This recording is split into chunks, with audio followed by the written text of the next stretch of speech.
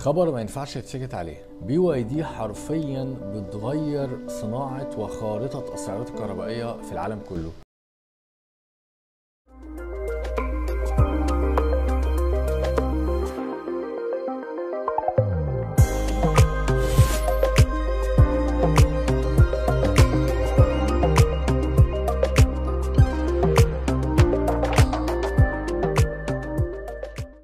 BYD يا جماعة عملت بلاتفورم جديد اسمه سوبر اي بلاتفورم، خلى العربيات الباسنجر كارز، عربيات الركاب العادية، بتشحن بقدرة 1000 كيلو وات.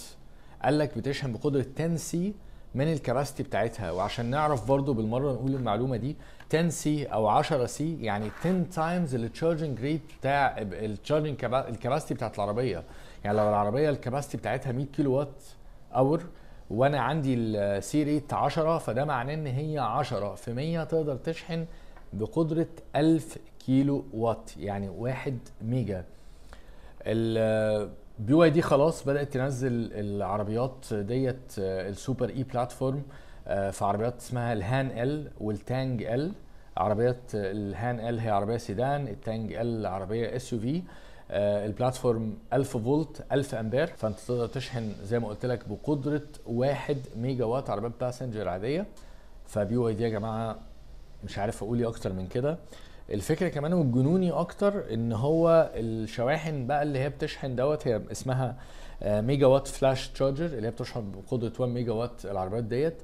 ان هم قرروا يعملوا 4000 نقطة هيعملوها في الصين. انت متخيل هيبقى عندك 4000 نقطة، كل نقطة شحن بتقدر تدي قدرة 1 ميجا وات.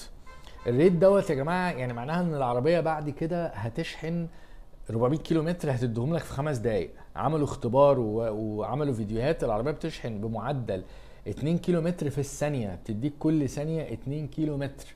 فانت متخيلين ان خلاص كده يعتبر بالتكنولوجي اللي BYD بتعملها وبالشواحن اللي موجوده دلوقتي بالقدرات ديت، معنى كده ان خلاص ما عادش فيه نقدر نقارن، يعني نقدر نقول ان العربيات البنزين هتنافس في حاجه.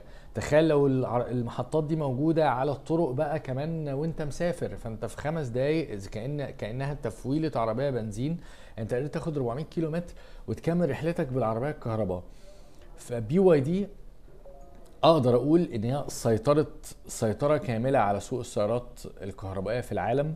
BYD حقيقي غيرت الخارطه دي للابد وتفوقت على شركات كبيره امريكيه واوروبيه، واعتقد الرياده حسمت والمركز الاول حسم خلاص لBYD في صناعه هذه التكنولوجيا والتطور اللي بيحصل فيها. ده كانت حلقه سريعه حبيت اديكم الخبر ده، لان الخبر ده ما ينفعش يعدي كده. القدرات العاليه في الشحن دي والبطاريات كنا بنسمع عنها في العربيات التراكس الكبيره، لكن دلوقتي بنتكلم على عربيه البطاريه بتاعتها 84 كيلو وات اور او 100 كيلو وات اور هتشحن بقدره 1000 كيلو وات، يعني 1 ميجا. فده خبر لازم نقف عنده، ولازم نعرف ان التطور اللي بيحصل ده تطور كبير واحنا رايحين في سكة تانية خالص.